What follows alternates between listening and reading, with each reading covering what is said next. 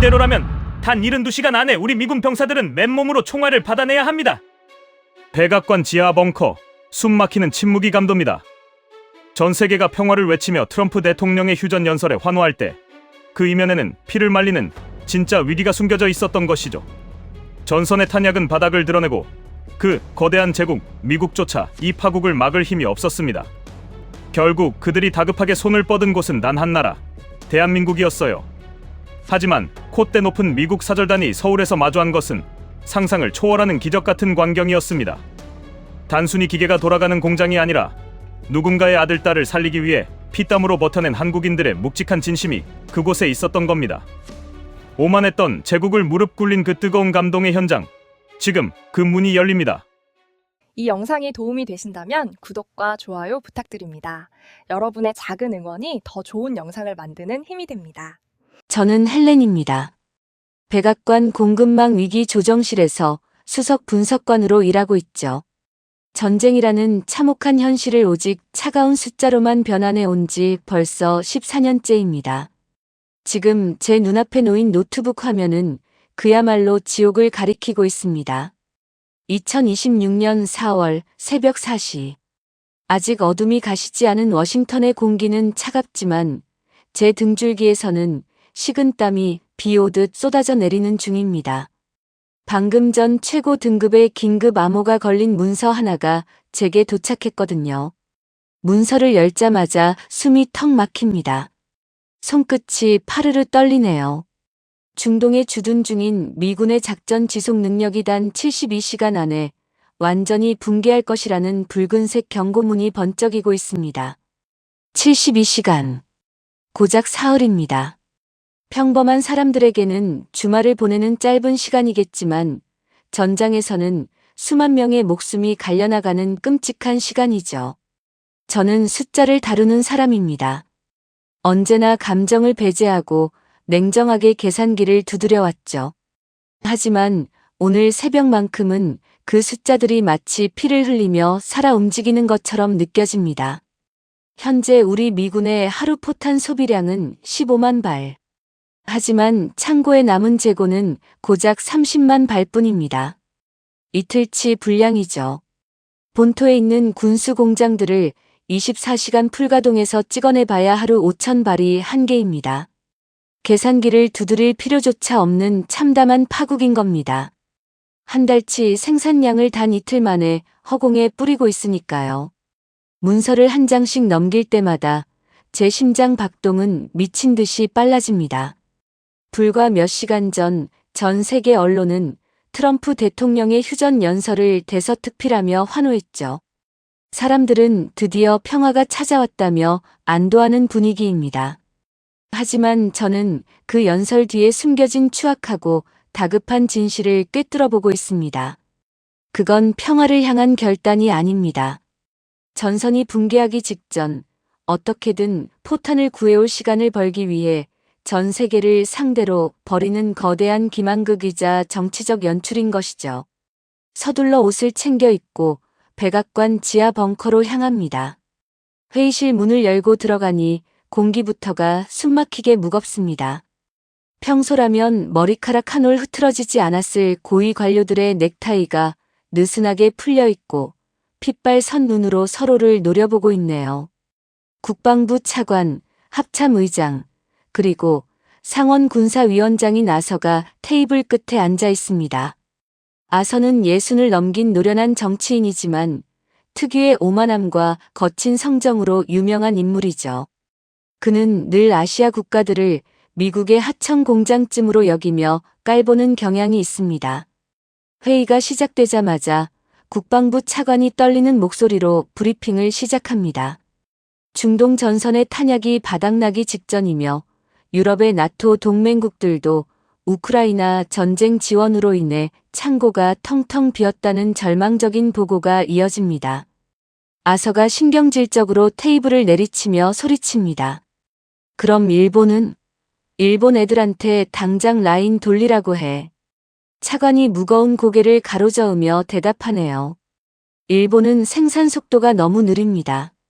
이 위기를 넘기기엔 턱없이 부족합니다. 회의실에 무거운 정적이 내려앉습니다. 세상에서 가장 강력한 군대를 가졌다고 자부하던 제국이 정작 총알이 없어서 무너질 위기에 처한 후 총극. 그때 제 동료이자 정보 분석관인 노라가 조용하지만 단호한 목소리로 침묵을 깹니다. 한국으로 가야 합니다. 유일한 대안은 대한민국뿐입니다. 순간 회의실 안의 모든 시선이 노라에게 쏠립니다. 저 역시 귀를 의심하며 그녀를 바라보게 되네요. 한국이라고요? 물론 한국이 일 처리가 빠르고 효율적인 나라라는 건 저도 잘 알고 있습니다. 하지만 세계 최강 대국인 미국이 다급하게 한국에게 무기를 구걸해야 한다는 사실은 제 상식으로는 도저히 납득하기 어려운 일입니다. 아서 위원장이 코웃음을 치며 의자에 몸을 기댑니다. 한국? 그 조그만 나라가 우릴 살려줄 거라고. 우리가 던져준 기술로 물건 조립이나 하는 나라한테 무기를 빌리러 가자고. 아서의 비아냥거리는 목소리에 저도 모르게 고개를 끄덕이고 맙니다.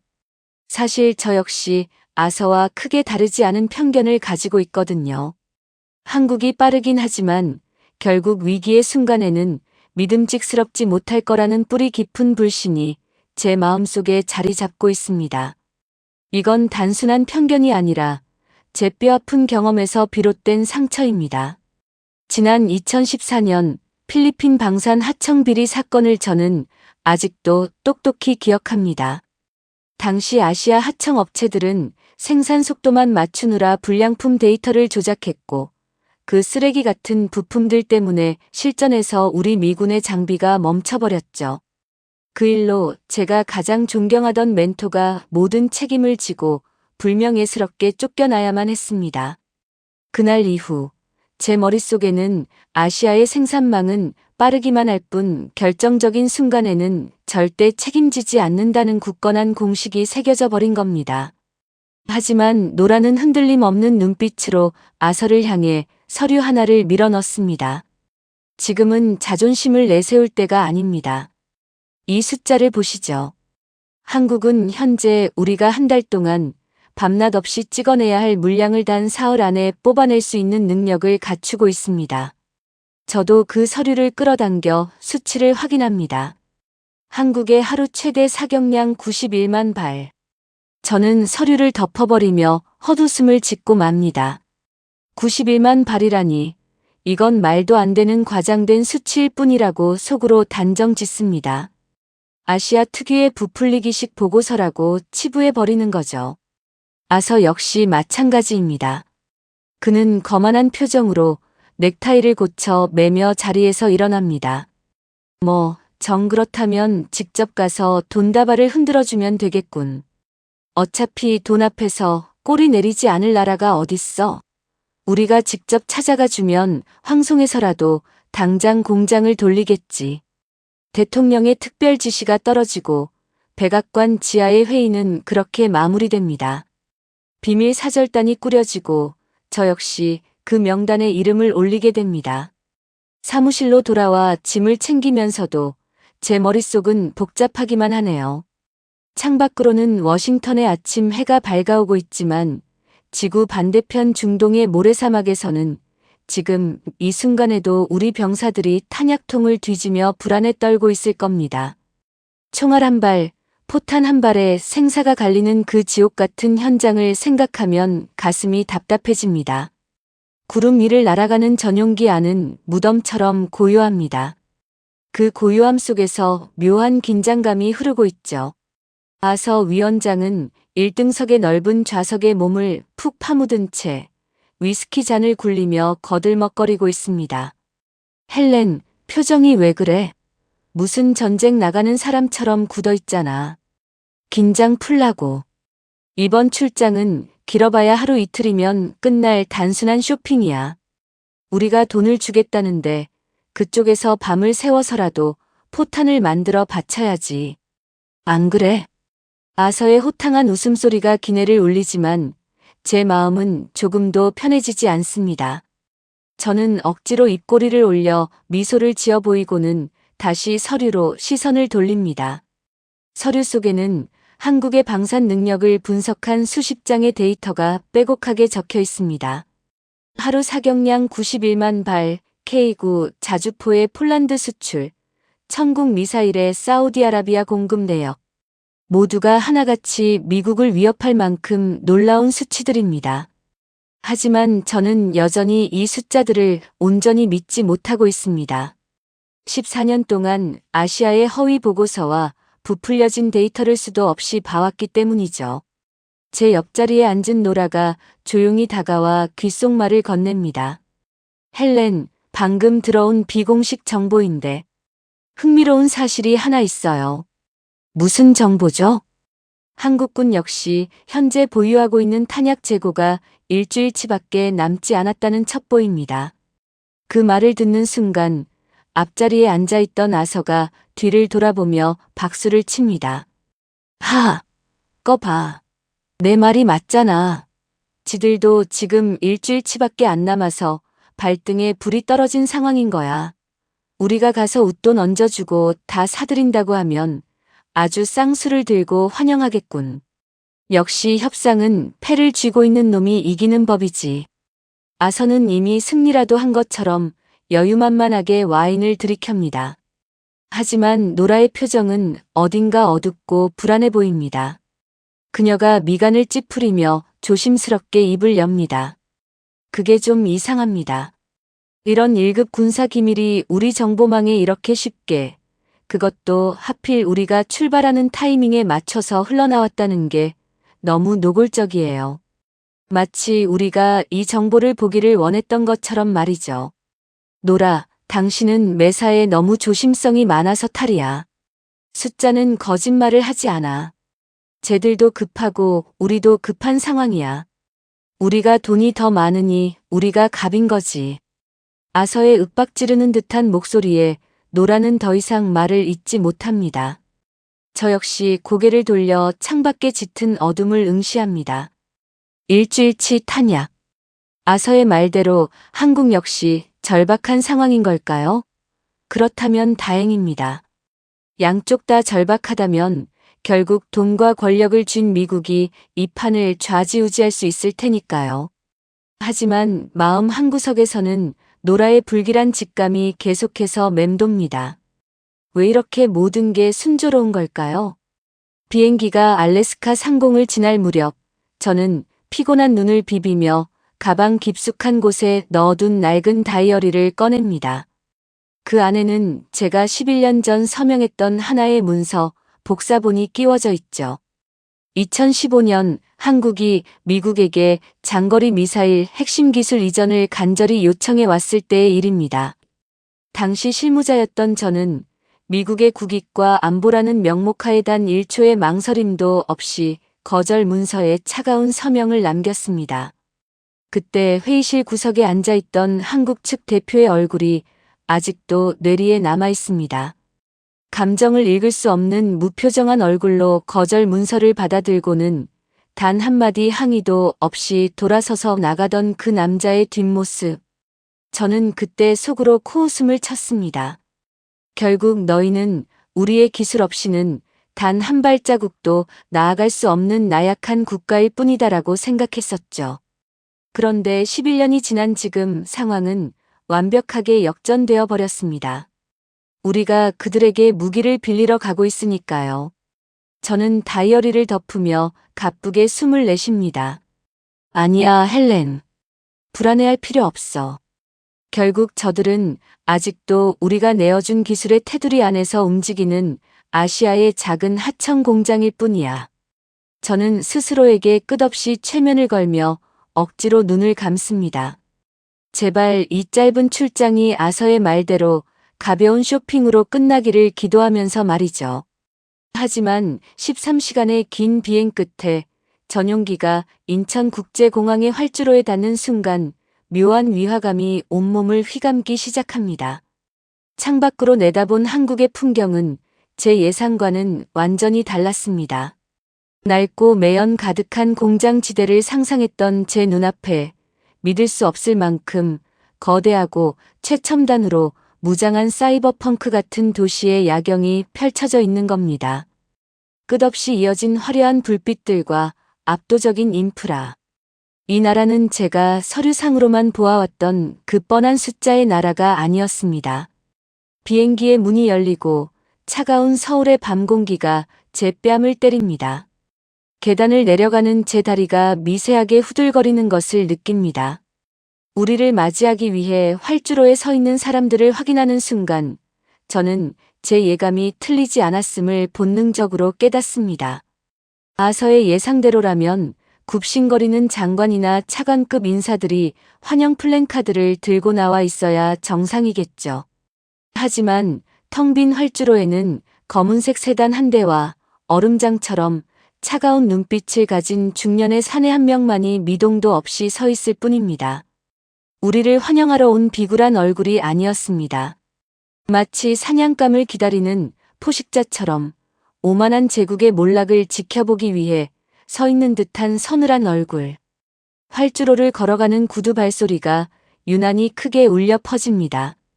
아서 위원장이 불쾌한 표정을 숨기지 못하고 앞장서 걸어가고 저와 노라는 그 뒤를 바짝 따릅니다. 차가운 밤바람 속에서 꼿꼿하게 서 있는 그 남자에게 가까워질수록 저는 묘한 기시감에 사로잡힙니다. 어디선가 본 듯한 저 서늘한 눈빛. 도대체 어디서 마주쳤던 눈빛일까요? 머릿속 깊은 곳에서 희미한 기억의 조각들이 떠오를 듯 말 듯 저를 괴롭힙니다. 이봐, 당신 누군가? 장관은 어디 가고 비서 따위가 마중을 나와? 아서가 다짜고짜 고압적인 목소리로 남자를 향해 쏘아붙입니다. 외교적 결례를 따져 물으며 초반부터 기선을 제압하려는 전형적인 워싱턴 정치인의 수법이죠. 하지만 남자는 눈썹 하나 까딱하지 않습니다. 오히려 그의 시선은 아서를 가볍게 관통해 저와 노라를 차례로 훑어볼 뿐입니다. 그 날카로운 시선에 마치 발가벗겨진 채 평가를 받는 듯한 모멸감이 느껴지네요. 대한민국 방위사업청 강민우 본부장입니다. 장관님은 현재 급한 일정을 소화 중이십니다. 감정의 높낮이가 전혀 없는 기계처럼 건조한 목소리입니다. 아서의 얼굴이 분노로 붉게 달아오릅니다.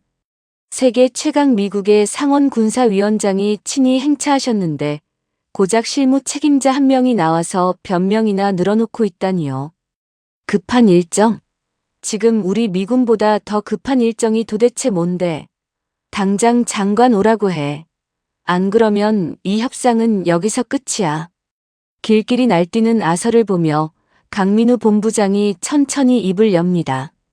그리고 그의 입에서 나온 단 한마디는 제 등줄기를 오싹하게 만들기에 충분했습니다. 불편하시면 지금 당장 비행기를 타고 돌아가셔도 좋습니다. 저희는 잡지 않겠습니다. 순간 활주로에 숨막히는 정적이 흐릅니다. 귓가를 때리던 비행기 엔진 소리조차 멈춰버린 듯한 고요함. 저는 제 귀를 의심하며 강민우의 얼굴을 뚫어지게 바라봅니다. 저건 허세가 아닙니다. 협상에서의 우위를 점하기 위한 블러핑이 아니에요. 정말로 아쉬울 게 하나도 없다는 진심으로 내뱉는 단호한 선언입니다. 아서의 벌려진 입에서는 아무런 소리도 나오지 않고 노라는 하얗게 질린 얼굴로 저를 쳐다봅니다. 급한 건 우리입니다. 단 72시간. 저 문이 닫히고 우리가 빈손으로 돌아간다면 중동의 우리 병사들은 몰살당하고 맙니다. 그제야 저는 뼈저리게 깨닫고 맙니다. 우리는 사절단이 아닙니다.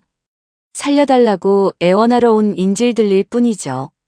그리고 이 얼음 같은 산에 강민우 본부장은 이미 우리의 목줄을 정확히 쥐고 흔들기 시작한 겁니다. 덜덜 떨리는 손을 꽉 쥐며 저는 짐짓 태어난 척 검은 세단에 몸을 씻습니다. 창밖으로 멀어지는 인천공항의 불빛들이 마치 저를 비웃는 것처럼 일렁입니다. 제가 믿어왔던 오만한 제국의 자존심이 이 차가운 한국의 밤 공기 속에서 서서히 무너져 내리는 소리가 들리는 듯합니다. 저들이 준비한 진짜 지옥은 아마 내일 날이 밝고 나서부터 본격적으로 시작되겠죠. 저는 공포와 전율 속에서 그저 숨죽여 내일을 기다리는 수밖에 없습니다. 뜬 눈으로 밤을 지새우고 맞이한 서울의 아침은 지독하게 맑고 눈부십니다. 하지만 대통령실 회의장으로 향하는 차 안의 공기는 어젯밤 공항에서 느꼈던 것보다 훨씬 더 무겁게 짓눌려 있습니다. 아서 위원장은 불쾌한 기색을 전혀 숨기지 못하고 넥타이를 거칠게 풀어헤치며 짜증을 냅니다. 건방진 자식들. 우리가 누군지 오늘 똑똑히 보여주겠어. 그 일주일치 탄약 보고서, 그거 오늘 회의 시작하자마자 바로 책상 위에 던져버려. 지들도 발등에 불이 떨어졌으면서 어디서 감히 우리한테 여유를 부려? 미국이 돈줄을 쥐고 있다는 걸 뼛속 깊이 새겨주겠어.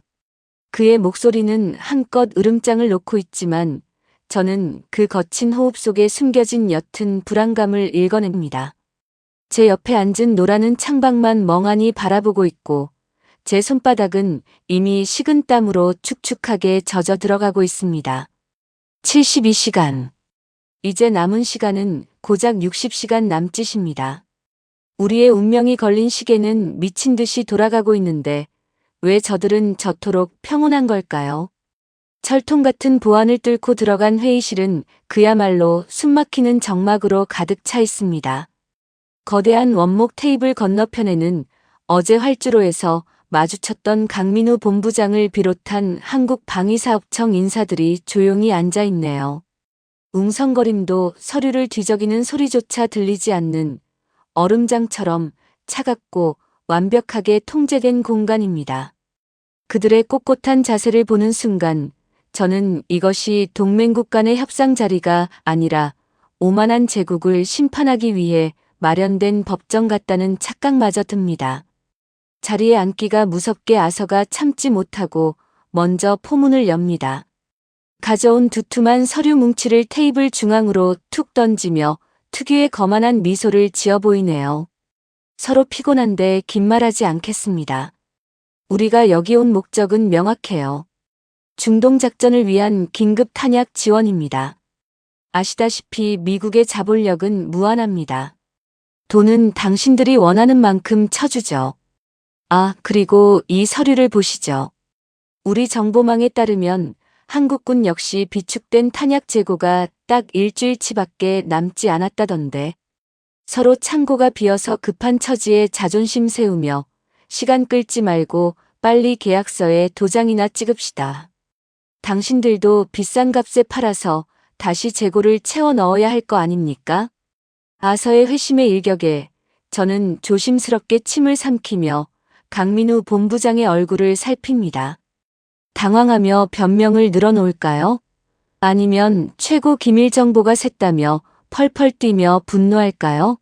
하지만 강 본부장의 표정은 소름이 돋을 만큼 평온합니다. 그는 테이블 중앙에 내동댕이 쳐진 서류를 그저 무심하게 흘끗 내려다보더니 아주 낮고 차분한 목소리로 입을 엽니다. 네, 위원장님 말씀이 맞습니다. 우리 군에 비축된 탄약 재고는 정확히 일주일치가 남았습니다. 그 너무나도 순순한 인정에 오히려 제 숨이 턱 막힙니다. 아무런 저항도 없는 그 담담한 목소리가 기괴하게까지 느껴집니다. 아서가 득이양양하게 테이블을 치며 크게 웃어젖힙니다. 하! 꺼 보시오. 내 말이 맞잖아. 지들도 무기가 없으면서 어제는 그렇게 떵떵거린 거요? 자, 이제 현실을 파악했으면 당신들도 당장 공장을 24시간 돌려야 살 거 아니오. 우리가 그 자금을 대주겠다는 겁니다. 하지만 강 본부장은 아서의 경박한 웃음소리를 가볍게 무시하며 테이블 위에 놓인 리모컨을 집어듭니다. 회의실 전면에 거대한 스크린이 켜지며 눈을 찌를 듯한 붉은색 숫자 하나가 화면을 가득 채웁니다. 위원장님, 일주일치라는 말이 정말로 무기가 부족하다는 뜻으로 들리셨습니까? 그 서늘한 질문에 아서의 웃음기가 서서히 굳어갑니다. 강 본부장이 자리에서 천천히 일어나 스크린을 가리키며 쐐기를 박습니다. 이 숫자는 결코 부족을 의미하는 게 아닙니다. 대한민국 국군이 전면전 상황에 돌입했을 때 전방의 모든 포병 화력과 공군력을 총동원하여 최대치로 뿜어낼 수 있는 일주일 동안의 쉼 없는 사격량입니다. 화면에 선명하게 뜬 글자를 읽어 내려가던 제 눈동자가 걷잡을 수 없이 흔들리기 시작합니다. 하루 최대 사격량 91만 발. 7일 총량 640만 발. 머릿속에서 14년 동안 훈련된 분석관의 계산기가 미친 듯이 돌아가기 시작합니다. 손끝이 파르르 떨려옵니다. 미국이 현재 중동 전선에서 전 세계의 비축량을 박박 긁어모으며 쏟아붓고 있는 하루 소비량이 15만 발입니다. 그런데 한국의 하루 사격량이 무려 91만 발이라고요? 미국의 6배에 달하는 압도적인 수치입니다. 더 끔찍한 건 7일 총량인 640만 발이라는 숫자입니다. 이건 현재 우리 미국 본토에 있는 모든 군수 공장의 라인을 한 달 내내 피가 나도록 쥐어짜도 도저히 만들어내지 못하는 엄청난 물량입니다. 회의실 안은 말 그대로 무덤처럼 고요해집니다. 아서의 벌어진 입술은 파르르 떨리고 있고 그는 스크린의 그 거대한 숫자와 강 본부장의 얼굴을 번갈아 보며 아무런 말도 잇지 못합니다. 방금 전까지 기세등등하게 던졌던 그 일주일치 탄약이라는 회심의 카드가 사실은 미국의 초라하고 빈약한 현실을 처참하게 짓밟아버리는 사형 선고나 다름없었던 것이죠. 강 본부장이 다시 리모컨을 누르자 이번에는 정지된 숫자가 아니라 실시간 영상 하나가 나타납니다. 활주로 위에서 거대한 수송기 한 대가 엔진을 예열하며 이륙을 준비하고 있는 역동적인 장면입니다. 지금 보시는 화면은 대한민국 대구 공군기지의 실시간 현장 상황입니다. 저 거대한 수송기는 아랍에미리트 공군의 특별기입니다. 정확히 48시간 전 중동의 긴장 상태가 고조되자 그들로부터 긴급 요격 미사일 인도 요청이 들어왔습니다. 우리는 그 요청을 접수한 즉시 비상 라인을 가동했고 미사일의 생산부터 정밀 품질 검수 그리고 수송기 적재까지 모든 과정을 단 48시간 만에 완벽하게 끝마쳤습니다. 방금 관제탑의 허가를 받고 목적지를 향해 이륙하는 중이죠. 화면 속 수송기가 굉음을 내며 하늘로 치솟아 오르는 장면을 너클 잃고 바라보며 저는 다리에 힘이 풀려 주저앉을 것만 같은 아득함을 느낍니다. 우리 미국 시스템이라면 행정 절차를 밟고 부품을 조달하는 데만 최소 6개월은 좋게 걸렸을 어마어마한 물량입니다. 그걸 단 48시간 만에 그것도 한치의 오차도 없이 끝내버리다니요. 제 옆에 앉은 노라가 창백하게 질린 얼굴로 제 재킷 소매를 꽉 틀어주며 덜덜 떨리는 목소리로 속삭입니다. 헬렌, 우리가 완벽하게 함정에 빠졌어요. 네, 노라의 말이 맞습니다. 이건 함정입니다. 치밀하게 설계된 절망의 구덩이입니다. 아서가 이마에 흐르는 식은땀을 닦아내며 애써 목소리를 가다듬고 억지스러운 변명을 늘어놓기 시작합니다. 그건 중동에 돈 많은 국가니까 특별히 웃돈을 주고 서둘러준 예외적인 경우 아닙니까? 우린 지금 국가 대 국가의 동맹으로서 예외적인 특수한 경우가 아닙니다. 강 본부장이 얼음처럼 차가운 목소리로 아서의 구차한 말을 단칼에 잘라내며 다음 화면을 띄웁니다. 스크린에는 지난 한 해 동안 한국이 전 세계 여러 국가와 맺은 방산 무기 수출 계약 목록이 폭포수처럼 끝없이 쏟아져 내립니다. 폴란드 K9 자주포 1천문, 사우디아라비아 천국 미사일 방어 시스템, 이집트 K2 흑표 전차, 핀란드 자주포 추가 납품. 그 모든 어마어마한 내역의 끝에는 단 하나의 붉은색 도장이 선명하게 찍혀 있습니다. 조기 납품 완료. 작년 한 해 동안 대한민국은 이 수많은 국가들의 약속된 기한보다 훨씬 더 빠르게 무기를 인도했습니다. 그토록 빠른 속도임에도 실전에서의 불량률은 0%에 수렴합니다. 세계 어느 나라도 불만을 제기하지 못했죠. 이게 바로 당신들이 하천국이라 얕보던 대한민국 방위산업의 진짜 모습입니다. 강 본부장의 낮고 묵직한 목소리가 제 심장을 예리한 비수처럼 파고듭니다. 숨을 제대로 쉴 수가 없습니다. 14년 동안 전 세계의 군사 데이터를 분석해왔던 제 이력이 송두리째 부정당하는 기분입니다. 이건 단순한 브리핑이 아닙니다. 오랫동안 자신들을 무시해온 오만한 제국 미국을 향해 그동안 벼려왔던 거대한 철퇴를 자비 없이 내리꽂는 순간입니다. 아서가 수치심과 분노로 얼굴을 붉히며 책상을 쾅 내리칩니다. 그럼 이런 엄청난 능력을 가졌다는 정보를 왜 미리 우리 미 국방부에 제공하지 않은 거요? 명색이 혈맹이라는 동맹국으로서 이건 명백한 정보 은폐이자 기만행위 아닙니까? 그의 바닥을 드러낸 억지에 강 본부장은 아주 짧게 조소에 가까운 헛웃음을 짓습니다. 그리고는 테이블에 두 손을 짚고 몸을 앞으로 숙여 아서의 흔들리는 눈동자를 똑바로 응시합니다. 미국이 저희에게 묻지 않고 요청하지 않으셨으니까요. 정적이 회의실을 집어삼킵니다. 강 본부장의 말이 폐부를 찌릅니다. 미국은 우리를 동등한 안보 파트너로 존중하며 평가하기 위해 이곳에 온 것이 아닙니다. 여전히 20년 전의 낡은 시선으로 하천국 대하듯 무기를 얼마나 싸게, 얼마나 빨리 빼낼 수 있는지 그 알량한 계산기를 두드리러 오셨잖습니까? 그래서 우리는 준비한 겁니다. 당신들의 그 오만하고 무례한 평가를 가장 정확한 숫자로 받아줄 준비를 말입니다. 순간 제 얼굴이 불에 댄 것처럼 화끈거리며 끔찍한 수치심이 온몸의 혈관을 타고 오릅니다. 쥐구멍에라도 기어들어가 평생 숨어버리고 싶은 심정입니다. 그때 침묵을 지키던 노라가 조심스럽게 손을 들며 덜덜 떨리는 목소리로 강 본부장에게 묻습니다. 본부장님, 한 가지만 묻겠습니다.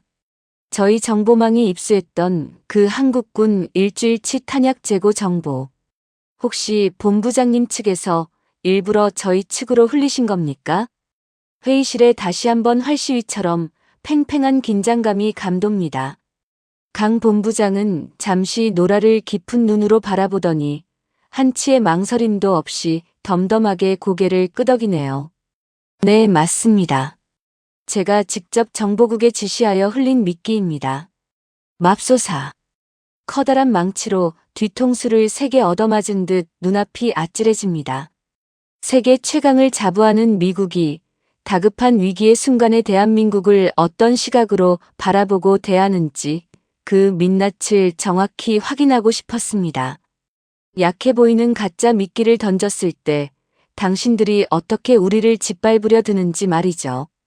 그 결과는 유감스럽게도 방금 전 위원장님이 보여주신 바와 같이 아주 실망스럽고 폭력적이군요. 저는 책상 아래로 꽉 쥔 두 주먹을 바들바들 떱니다. 손톱이 손바닥을 파고들어 피가 날 것 같지만 고통조차 느껴지지 않습니다. 우리가 쥐고 흔들 수 있다고 오만하게 믿었던 그 알량한 협상의 패가 사실은 이 남자가 우리를 낱낱이 해부하고 시험하기 위해 던져준 덫에 불과했던 겁니다. 돈과 권력으로 한국의 숨통을 조이고 복종시킬 수 있을 거라 믿었던 제국의 자존심은 이제 형체도 없이 산산조각 나 한 줌의 재로 흩어져 버렸습니다. 회의가 끝나고 밖으로 걸어 나오는 제 발걸음은 수백 킬로그램의 쇳덩이를 매단 것처럼 무겁기만 합니다. 앞서 걷는 아서는 분을 이기지 못하고 거친 숨을 씩씩대고 있지만 그 뒷모습은 처량하기 짝이 없습니다. 그 역시도 이제는 자신이 아무런 통제권이 없으며 오직 한국의 처분만을 기다려야 한다는 뼈저린 현실을 느끼고 있을 겁니다. 복도를 걷는 내내 강 본부장의 목소리가 끔찍한 환청처럼 귓가를 맴돕니다. 요청하지 않으셨으니까요. 그 한마디가 제가 14년 동안 굳건하게 믿어왔던 아시아에 대한 모든 편견을 갈기갈기 찢어발기고 있습니다. 한국은 우리의 구원자가 아니라 우리의 썩어빠진 오만함을 심판하러 온 자비 없는 심판자였습니다. 숨이 막힙니다. 내일 그들이 우리의 두 눈으로 직접 확인시켜 주겠다는 진짜 현장에서 저는 과연 이 철저히 무너져 내리는 자존심을 어떻게 감당해야 할까요? 보이지 않는 거대한 벽 앞에 선 듯한 지독한 두려움이 제 목을 강하게 조여옵니다. 다음 날 아침, 우리를 태운 고속철도가 미끄러지듯 서울을 빠져나갑니다. 차창 밖으로 빠르게 스쳐 지나가는 풍경을 멍하니 응시하며 저는 제 안에 남아있던 알량한 자존심마저 모조리 부서져 내리는 것을 느낍니다. 맞은편 좌석에 앉은 아서 위원장은 어제의 핏대 서린 호기는 온데간데 없이 잿빛으로 질린 얼굴을 한 채 굳게 입을 다물고 있습니다. 노라 역시 불안한 눈빛으로 무릎 위에 서류 가방만 만지작거리고 있네요. 우리 모두는 약속이나 한 듯 철저한 침묵 속에 갇혀 있습니다. 어디로 향하는지 무엇을 보게 될지 정확히 알 수 없지만 어제 강 본부장이 보여준 그 압도적인 수치들이 결코 거짓이 아님을 직감하고 있기 때문이죠. 우리는 지금 우리의 낡은 편견을 송두리째 박살낼 거대한 진실의 심장부로 끌려가고 있는 겁니다. 기차가 경상남도 창원역에 멈춰 서고 준비된 차를 타고 도착한 곳은 끝이 보이지 않을 정도로 거대한 방위산업 단지입니다. 차에서 내리자마자 훅 끼쳐오는 매캐한 쇳물 냄새와 대지를 진동시키는 묵직한 기계의 굉음이 제 고막을 세차게 때립니다. 강 본부장이 묵묵히 앞장서서 우리를 거대한 공장 내부로 안내합니다. 안전모를 쓰고 안으로 들어선 순간 저는 그 압도적인 광경에 숨을 들이켜며 그 자리에 우뚝 멈춰 서고 맙니다. 축구장 몇 개를 합쳐놓은 듯한 아득한 넓이의 공장 내부. 그곳에는 거대한 컨베이어 벨트들이 마치 거대한 생물체의 핏줄처럼 얽혀서 쉴 새 없이 돌아가고 있습니다. 붉게 달아오른 쇳물들이 정밀한 틀에 부어지고 육중한 로봇 팔들이 불꽃을 튀기며 춤을 춥니다. 지금 보시는 곳이 155mm 포탄을 생산하는 메인 라인입니다. 강 본부장의 건조한 목소리가 기계 소음을 뚫고 들려옵니다. 정확히 12초. 이 라인 하나에서 12초마다 완벽하게 조립된 포탄 한 발이 쏟아져 나옵니다. 저는 믿을 수 없어 덜덜 떨리는 손으로 손목시계를 내려다보며 초침을 셉니다. 하나, 둘, 셋. 그리고 12. 정확히 12초가 지나는 순간 묵직한 굉음과 함께 번쩍이는 금속 포탄 하나가 컨베이어 벨트 끝으로 미끄러져 나옵니다. 12초에 한 발. 1분이면 5발. 1시간이면 300발. 이런 거대한 라인이 이 공장에만 무려 6개가 동시에 쉼없이 돌아가고 있는 겁니다. 어제 스크린으로만 보았던 하루 91만 발이라는 비현실적인 숫자가 지금 제 두 눈앞에서 펄떡거리는 짐승처럼 살과 뼈를 입고 실체화되는 순간입니다. 아서가 마른 침을 삼키며 파르르 떨리는 손으로 생산 라인을 가리킵니다. 이렇게 미친 속도로 찍어내면 당연히 불량품이 속출할 수밖에 없잖소. 아시아 공장 특유의 숫자 부풀리기 아니냔 말이요. 그의 절박한 외침은 패배자의 마지막 발악처럼 애처롭게 들립니다. 강 본부장은 아무런 대꾸 없이 지나가던 한 작업자를 우리 앞으로 부릅니다. 기름때가 묻은 작업복을 입은 50대 후반의 체구가 단단한 사내입니다. 그의 눈빛에는 오랜 세월 한자리를 지켜온 장인 특유의 서늘한 자부심이 깃들어 있네요. 이 라인에서만 20년 넘게 일해왔습니다. 작업자가 굵은 땀방울을 닦아내며 담담하게 입을 엽니다. 우리 라인의 불량률은 0.3%입니다. 1000개를 만들면 단 3개만 기준치에 미달한다는 뜻이죠. 하지만 그마저도 다음 단계인 엑스레이 전수 검사와 화약 농도 측정에서 100% 걸러내어 즉각 폐기합니다. 실전으로 나가는 포탄의 불량률은 사실상 제로라고 보시면 됩니다. 아서가 핏발선 눈으로 작업자를 쏘아봅니다. 그게 말이 되나? 미 국방부의 최신 자동화 시스템으로도 불량률을 5% 이하로 낮추기가 힘든데 어떻게 0.3%가 나온다는 거요? 검사 데이터 조작 아니요? 작업자는 아서의 무례한 호통에도 전혀 흔들림이 없습니다. 오히려 그를 측은하게 바라보며 굳은 살이 훈장처럼 박인 거친 손을 들어 보입니다. 기계가 빠르다고 불량이 생기는 게 아닙니다. 결국 그 기계를 통제하는 사람의 정성이 부족해서 생기는 겁니다. 우리는 매일 아침 기계를 닫고 아주 미세한 오차라도 매일 기록하며 매일 개선합니다. 20년 동안 단 하루도 거르지 않고 그렇게 해왔습니다. 그건 조작이 아니라 뼈를 깎는 인고의 시간인 겁니다. 그의 낮고 단단한 목소리가 제 가슴을 강하게 울립니다. 2014년 필리핀에서 제가 겪었던 아시아 하청업체의 허술함. 저는 그것이 아시아 전체의 한계라고 오만하게 치부해 왔습니다. 하지만 이들은 완벽하게 달랐습니다. 속도를 위해 품질을 포기하는 것이 아니라 완벽을 향한 집요한 집착으로 속도와 품질을 동시에 지배하고 있었던 겁니다. 작업장을 벗어난 우리는 다음 장소로 이동하기 위해 다시 차에 오릅니다. 제 머릿속은 온통 혼란으로 가득합니다. 도대체 무엇이 이 나라 사람들을 이토록 완벽에 미치게 만든 걸까요? 이윤을 남기기 위해서라면 굳이 이렇게까지 할 필요가 없을 텐데 말이죠. 차가 멈춰 선 곳은 공장 부지 외곽에 덩그러니 자리 잡은 육중한 돔 형태의 벙커 건물입니다. 이곳은 사막 환경 시험 챔버입니다. 강 본부장이 두꺼운 철문을 열며 설명합니다.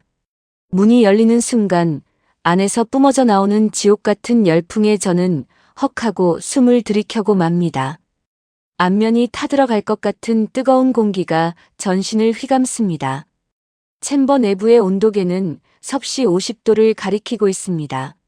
모래 폭풍이 인공적으로 휘몰아치고 극도로 건조한 열기가 폐부를 찌르는 말 그대로 중동의 사막을 통째로 뜯어다 옮겨놓은 듯한 가혹한 환경입니다. 그런데 그 생지옥 같은 챔버 한가운데서 두꺼운 방호복을 입은 한국의 연구원들이 땀을 비 오듯 쏟아내며 방공 미사일 시스템을 수동으로 분해하고 조립하는 과정을 끊임없이 반복하고 있습니다. 땀방울이 고글을 가려 앞이 제대로 보이지 않을 텐데도 그들의 손놀림은 한치의 흔들림도 없습니다. 헐떡이는 거친 숨소리가 두꺼운 방음 유리벽을 넘어 제 귓가까지 생생하게 전달됩니다. 아서가 셔츠 깃을 펄럭이며 도저히 이해할 수 없다는 듯 소리칩니다. 대체 왜 이렇게까지 미련하게 구는 거요? 우리 미국은 이미 10년 전부터 이 모든 걸 슈퍼컴퓨터 시뮬레이션으로 완벽하게 대체했소. 마우스 클릭 몇 번이면 끝날 일을 왜 저 엘리트들을 저 지옥불에 밀어넣고 짐승처럼 굴리는 거냐고. 그의 날카로운 질문에 언제나 빙산처럼 차갑게 굳어있던 강 본부장의 눈빛이 처음으로 맹렬하게 일렁이는 것을 저는 똑똑히 목격합니다. 강 본부장이 천천히 몸을 돌려 아서의 흔들리는 눈동자를 뚫어질 듯 응시하며 낮지만 천둥처럼 울리는 목소리로 대답합니다. 왜냐하면 우리가 만든 무기로 누군가가 죽고 살기 때문입니다. 순간 제 심장이 쿵 하고 낭떠러지로 곤두박질 치는 기분이 듭니다. 온몸에 솜털이 곤두서며 걷잡을 수 없는 전율이 등줄기를 타고 흐릅니다. 시뮬레이션? 좋습니다. 편하고 빠르고 돈도 적게 들죠. 하지만 컴퓨터 시뮬레이션 화면 속의 데이터는 에러가 나면 그냥 재부팅 버튼을 누르면 그만이지만 현실의 전쟁터에서는 재부팅이 없습니다. 우리가 만든 이 무기가 저 뜨거운 모래밭에서 단 한 번이라도 작동하지 않는다면 누군가의 귀한 아들딸들이 무참하게 피를 흘리며 억울하게 죽어가야 합니다.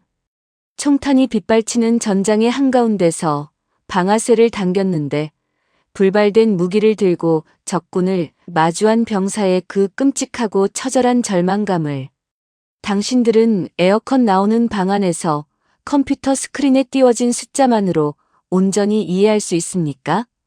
강 본부장의 목소리가 챔버의 열기보다 더 뜨겁게 우리의 심장을 후벼 파고듭니다.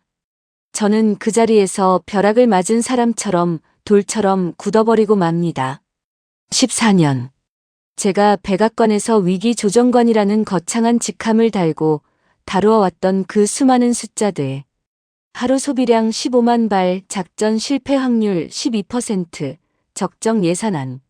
저는 그 깔끔한 숫자들 뒤에 숨겨진 진짜 인간의 피와 살 그리고 찢겨나가는 가족들의 비명소리를 단 한 번도 진심으로 상상해 본 적이 없었던 겁니다. 전쟁을 오직 장부상의 이익과 손실로만 계산했던 강대국의 비정한 오만함이 이 섭씨 50도의 불안증막 속에서 목숨을 걸고 생명을 지켜내려는 한국인들의 숭고한 책임감 앞에서 형체도 없이 처참하게 발가벗겨지는 순간입니다. 우리는 실패를 견딜 수 없습니다. 누군가의 목숨을 담보로 요행을 바랄 권리조차 우리에겐 없습니다. 대한민국은 그렇게 타인의 생명을 지키기 위해 미련하고 어리석을 정도로 지독하게 버텨내며 완벽을 추구해 온 겁니다. 그것이 우리가 벼랑 끝에서 살아남아 전 세계의 하늘을 지키는 방식입니다. 강 본부장의 말이 끝나기가 무섭게 챔버 내부에서 요격 미사일의 가상 발사 시연이 시작됩니다. 콜드 런칭 방식. 발사대를 태우지 않고 공중으로 미사일을 튕겨낸 뒤 점화시키는 우리 미군조차 고온 환경에서는 툭하면 에러가 나서 혀를 내둘렀던 그 극강의 난이도를 가진 기술입니다. 카운트다운. 3, 2, 1. 발사. 육중한 굉음과 함께 챔버 안의 미사일이 허공으로 솟구쳐 오릅니다. 섭씨 50도의 살인적인 더위와 불안정한 기압 속에서도 미사일은 정확한 타이밍에 공중에서 붉은 불꽃을 뿜으며 점화되어 보이지 않는 가상의 타깃을 완벽하게 관통합니다. 성공률 98%. 미국 패트리어트 시스템의 90%를 아득히 뛰어넘는 수치입니다. 그리고 놀랍게도 가격은 당신들 무기의 절반에 불과하죠. 강 본부장의 담담한 쐐기가 우리의 명치에 날아와 깊숙이 꽂힙니다. 아선은 이제 더 이상 화를 내지도 어쭙자는 변명을 찾지도 못합니다. 그저 뼈대가 무너진 사람처럼 다리에 힘이 풀려 유리벽에 기대어 가쁜 숨만 몰아쉴 뿐입니다. 노라는 안경을 벗고 두 손으로 얼굴을 감싸쥔 채 조용히 어깨를 들썩이고 있습니다. 저는 한없이 흐려지는 시야 사이로 챔버 안에서 서로의 땀범벅이 된 어깨를 두드리며 환하게 웃고 있는 한국 연구원들을 바라봅니다. 그들의 뭉클하고 눈부신 미소를 보는 순간 억누르고 있던 제 눈시울이 붉어지며 기어이 뜨거운 눈물 한 방울이 뺨을 타고 툭 흘러내리고 맙니다. 이것은 단순한 기계공학의 승리가 아닙니다. 돈과 권력으로는 절대 흉내낼 수 없는 타인의 생명을 향한 지독하리만치 따뜻하고 무거운 책임감의 승리인 것입니다. 우리는 오늘 가장 강력한 무기를 사러 이곳에 왔다가 세계에서 가장 강인하고 따뜻한 심장을 가진 사람들을 마주하고 말았습니다. 속도를 핑계로 아시아의 허술함을 탓하던 14년 전의 제 얕고 오만한 편견은 이 눈부신 땀방울 앞에서 완전히 잿더미가 되어 흩어져 버립니다. 이 나라는, 대한민국은 단순히 무기를 찍어내는 공장이 아니라 세계의 평화와 인간의 생명을 온몸으로 버텨내며 살려내는 거대한 기적의 성벽이었습니다. 지옥 같은 열기의 시험 챔버를 빠져나와 다시 차가운 바깥 공기를 마시는 순간 제 다리는 결국 풀려버리고 맙니다. 비틀거리는 저를 노라가 황급히 부축하지만 그녀의 손끝 역시 차갑게 얼어붙어 바들바들 떨리고 있습니다. 오만한 제국의 상원 군사위원장 아선은 차문에 기대어 초점 없는 눈으로 허공만 응시할 뿐 그 거칠었던 입술에서는 이제 단 한마디의 변명조차 흘러나오지 않습니다. 우리는 그 누구도 입을 열지 못한 채 다시 검은 세단에 몸을 싣습니다. 차는 방향을 틀어 창원 산업단지를 벗어나 인적이 드문 깊은 산속으로 향하기 시작합니다. 포장되지 않은 거친 산길을 한참 오르자 깎아지른 절벽 아래로 거대한 철문 하나가 서서히 그 위용을 드러냅니다. 강 본부장이 보안 절차를 마치자 묵직한 기계음과 함께 육중한 문이 열리고 그 안으로 끝을 알 수 없는 거대한 지하 경납고가 펼쳐집니다. 어두운 터널을 지나 경납고의 중심에 들어서는 순간 저는 숨을 들이켜며 그 자리에 얼어붙고 맙니다. 서늘한 조명 아래 하늘을 뚫을 듯 거대하고 검은 자태를 뽐내는 초대형 미사일 한 기가 수직으로 우뚝 서 있습니다. 그 압도적인 크기와 살기에 눌려 아서마저 뒷걸음질을 치며 경악을 금치 못합니다. 저 괴물은 대체 뭐예요? 아서의 떨리는 목소리에 강 본부장이 미사일의 매끄러운 표면을 쓰다듬으며 조용히 대답합니다. 현무5 전략 미사일입니다. 탄두 중량만 무려 8톤에 달하며 벙커버스터의 파괴력을 아득히 초월하는 세계 최대 수준의 재래식 무기죠. 지하 100m 아래의 숨은 적의 심장부까지 완벽하게 타격해 가루로 만들어버리는 대한민국의 진정한 방패이자 창입니다. 현무5. 제 머릿속 정보망에 아주 깊숙하고 은밀하게 봉인되어 있던 그 이름이 떠오릅니다. 미국이 동북아시아의 군사적 균형을 핑계로 아주 오랫동안 한국에게 개발을 엄격하게 금지하고 통제해왔던 바로 그 금단의 기술입니다. 이걸 도대체 어떻게 만든 거요? 미국의 허가도 없이, 우리의 기술 지원도 없이 어떻게? 아서가 소리치지만 강 본부장의 눈빛은 한없이 고요할 뿐입니다. 우리 손으로 직접 만들었습니다. 당신들이 금지했기에 역설적으로 우리는 우리만의 독자적인 기술을 밑바닥부터 파고들어야만 했죠. 그리고 강 본부장은 품속에서 아주 낡고 모서리가 달아빠진 누런 서류 봉투 하나를 꺼냅니다. 그가 천천히 제게로 다가와 그 봉투를 내밉니다. 헬렌 수석 분석관님, 혹시 이 문서를 기억하십니까? 제 이름이 불리는 순간 심장이 쿵 하고 바닥으로 떨어집니다. 덜덜 떨리는 양손으로 봉투를 받아듭니다. 입구가 낡아 너덜너덜해진 봉투 안에서 빛바랜 서류 한 장을 꺼냅니다. 2015년 한국이 미국의 장거리 미사일 핵심 기술 이전을 간절하게 요청했던 그 문서입니다. 그리고 그 서류의 맨 밑바닥에는 미국의 안보와 국익에 위배되므로 기술 이전을 전면 거부함이라는 냉혹한 활자와 함께 11년 전 제가 직접 휘갈겨 쓴 오만한 서명이 선명하게 남아 있습니다. 숨이 막힙니다. 눈앞이 하얗게 전멸합니다. 그때 백악관 지하회의실 맨 끝자리에 앉아 당신들이 던져주는 그 차가운 거절의 서류를 받아들고 아무 말 없이 돌아섰던 그 실무자가 바로 저였습니다. 강 본부장의 담담한 고백이 적막한 경납고를 울립니다. 11년 전 감정을 읽을 수 없는 무표정한 얼굴로 서류를 챙겨 가방에 넣고 돌아서던 그 남자의 뒷모습이 지금 제 눈앞에 서 있는 거대한 사내의 모습과 완벽하게 겹쳐집니다. 그때 기술을 내어주지 않으셔서 진심으로 감사합니다. 그의 한마디가 제 가슴에 거대한 비수가 되어 꽂힙니다. 만약 그때 미국이 알량한 자비로 기술을 던져주었다면 우리는 영원히 미국의 그늘 아래에 숨어주는 대로 받아먹는 나약한 하천국으로 남았을 겁니다. 당신들의 그 차갑고 오만한 거절이 우리를 스스로 일어서게 만든 가장 뜨거운 결심의 불씨가 되었습니다.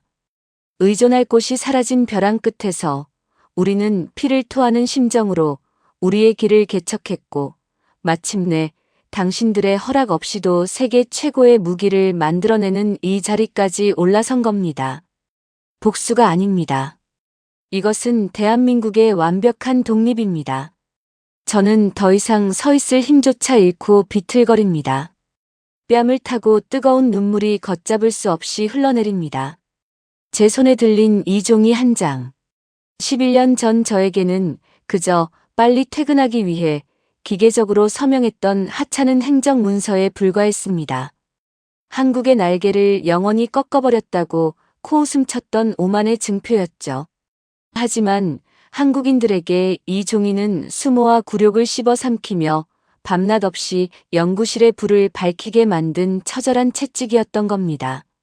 누군가의 앞길을 막아섰다고 자만했던 제국의 거만한 손길이 실은 그들이 더 높은 창공을 향해 비상할 수 있도록 방향을 틀어준 셈이 되었습니다. 매달리지 않고 기어이 스스로 만들어낸 대한민국. 이 끔찍하도록 위대하고 숭고한 집념 앞에서 저는 소리내어 흐느끼며 완벽하고도 뼈아픈 패배를 인정하고 맙니다. 다음 날 아침 용산 대통령실에 마련된 최종 협상 테이블의 공기는 이전과는 완전히 결이 다릅니다. 오만함이 거세된 미국 사절단은 마치 죄인처럼 고개를 숙인 채 앉아 있고 테이블 건너편의 한국 측 장관과 강 본부장은 여유로우면서도 묵직한 위엄을 뿜어내고 있습니다. 미국의 긴급한 요청을 전향적으로 검토했습니다. 단 48시간 안에 중동의 미군 작전 지역으로 필요한 모든 무기를 실어 나를 수 있습니다. 한국 측 장관의 말에 아서의 얼굴에 한 줄기 안도의 빛이 스칩니다. 하지만 장관이 곧바로 두툼한 조건부 합의서를 테이블 위로 밀어보냅니다. 단 조건이 있습니다. 첫째, 더 이상의 기술 통제 금지. 둘째, 미국과 동일한 수준의 완전한 방산 수출 권리 보장. 셋째, 하청국이 아닌 동등한 최상위 안보 파트너로서의 지위 인정입니다. 과거의 아서라면 당장 서류를 갈기갈기 찢어버리며 노발대발했을 조건들입니다. 아니나 다를까 아서의 입술이 미세하게 떨리며 반항의 기색이 스치려 합니다. 그 순간 강 본부장이 태블릿 PC를 탁 소리나게 내려놓으며 붉은색 타이머 하나를 띄웁니다. 중동 미군 탄약 재고 완전 고갈까지 남은 시간 24시간 13분. 이제 하루 남았습니다, 위원장님. 우리가 이 협상서에 도장을 찍고 물건을 상차하지 않으면 내일 이 시간 중동의 미군들은 빈 총을 들고 적의 포화 속으로 뛰어들어야 합니다. 결정하시죠. 오만한 제국의 자존심을 안고 멸망할 것인지 아니면 우리와 손을 잡고 동등한 파트너로서 살아남을 것인지. 아서의 시선이 흔들립니다. 노라가 아서의 팔을 꽉 잡으며 절박하게 고개를 끄덕입니다. 위원장님, 우리에겐 이제 선택지가 없습니다. 아서는 길게 한숨을 토해냅니다. 그의 어깨가 패배자의 그것처럼 힘없이 축 늘어집니다. 덜덜 떨리는 손으로 만년필을 쥔 아서는 마침내 굴욕과 인정이 뒤섞인 복잡한 표정으로 서류의 맨 하단에 굵은 서명을 남깁니다. 그 서명이 완성되는 순간 한국 측 상황실의 모니터들이 일제히 붉은색에서 푸른색으로 바뀌며 인천항에 대기 중이던 거대한 화물선들의 출항 지시가 일사불란하게 떨어집니다. 협상이 끝나고 밖으로 나오는 길 저는 조용히 강 본부장에게 다가가 고개를 깊이 숙입니다. 강 본부장님. 11년 전 저의 오만했던 서명에 대해 그리고 그동안 아시아를 얕잡아 보았던 제 모든 편견에 대해 진심으로 사과드립니다. 강 본부장은 희미한 미소를 지으며 제 어깨를 가볍게 두드려 줍니다. 사과는 필요 없습니다, 헬렌 씨. 덕분에 여기까지 올 수 있었으니까요. 이제 우리는 등을 맞대고 싸우는 진짜 동맹이 되었습니다. 부디 그 무기들이 무사히 도착해 당신들의 젊은 병사들을 무사히 가족의 품으로 돌려보내 주기를 진심으로 바랍니다. 그의 따뜻하고 묵직한 위로에 저는 기어이 참았던 눈물을 다시 한번 쏟아내고 맙니다. 귀국하는 백악관 전용기 안. 저는 노트북을 열고 대통령에게 보고할 최종 보고서를 작성합니다. 자판을 두드리는 제 손가락에는 더 이상 두려움도 부끄러움도 없습니다. 오직 진실을 마주한 자의 맑은 확신만이 가득합니다. 첫 문장을 이렇게 적어 내려갑니다. 미국은 더 이상 세계를 호령하는 유일한 보호자가 아닙니다. 우리는 이제 살기 위해 반드시 대한민국이라는 위대한 국가와 협력하고 그들을 존경해야만 합니다. 창밖으로 붉은 노을이 물들기 시작합니다. 저는 그 노을 너머로 묵묵히 땀방울을 흘리던 한국 작업자의 얼굴, 그리고 생명을 지키기 위해 50도의 지옥불을 견뎌내던 연구원들의 눈동자를 떠올립니다. 그들은 강대국의 핍박 속에서도 매달리지 않았고 대신 묵묵히 실력을 벼려 스스로 빛을 냈습니다. 제국이 오만함에 취해 걸음을 멈춘 사이 진정한 실력과 생명을 향한 헌신은 이미 우리를 아득히 추월해 저 많이 앞서가고 있었던 겁니다. 저는 이 아름답고 뼈아픈 패배를 기꺼운 마음으로 인정하며 깊은 존경을 담아 한국을 향해 고개를 숙입니다. 우리가 오늘 마주한 것은 단지 철과 화약으로 만들어진 차가운 무기 이야기가 아닙니다. 그것은 벼랑 끝에 내몰린 폐허 위에서 오직 가족과 나라를 지켜내겠다는 일념 하나로 피눈물을 삼키며 오늘날의 눈부신 대한민국을 일으켜 세우신 우리 어르신들의 지독하고도 거룩한 삶의 궤적입니다. 화면 너머에서 이 이야기를 듣고 계신 여러분, 12초마다 포탄을 찍어내면서도 불량률 0%에 가까운 기적을 만들어내는 그 집요한 완벽함의 뿌리가 어디에 있다고 생각하십니까? 그것은 바로 척박한 땅에서 자식들만큼은 굶기지 않기 위해 당신들의 뼈가 닳고 지문이 지워지도록 기름때 묻은 기계 앞을 지켜오신 우리 부모님 세대의 숭고한 책임감이 고스란히 유산으로 남겨진 덕분입니다. 우리가 만든 무기로 누군가가 죽고 살기 때문에 적당히 타협할 수 없다는 그 뜨거운 호소 속에는 내 가족, 내 이웃을 지키고자 온몸을 던졌던 한국인 특유의 짙은 정신과 사랑이 녹아들어 있습니다. 세계 최강대국조차 무릎 꿇게 만든 진짜 무기는 미사일의 파괴력이 아니라 어떤 시련 속에서도 꺾이지 않고 스스로 일어나는 대한민국 국민들의 강인한 얼과 정신이었습니다. 오늘도 팍팍한 삶의 무게를 견디며 묵묵히 하루를 살아내고 계신 여러분, 당신들이 흘린 땀방울 하나하나가 모여 이렇게 세계를 호령하고 감동시키는 위대한 나라를 완성했습니다. 언제나 이 채널의 든든한 버팀목이 되어주시는 여러분의 구독과 따뜻한 좋아요, 그리고 지혜와 연륜이 묻어나는 댓글 한 줄은 저희가 이런 가슴 뛰는 이야기를 계속해서 찾아낼 수 있는 가장 큰 원동력이 됩니다.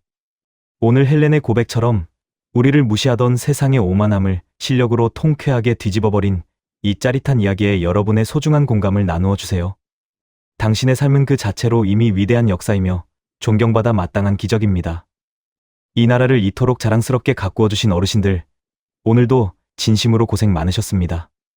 여러분이 대한민국의 가장 빛나는 자랑입니다. 감사합니다.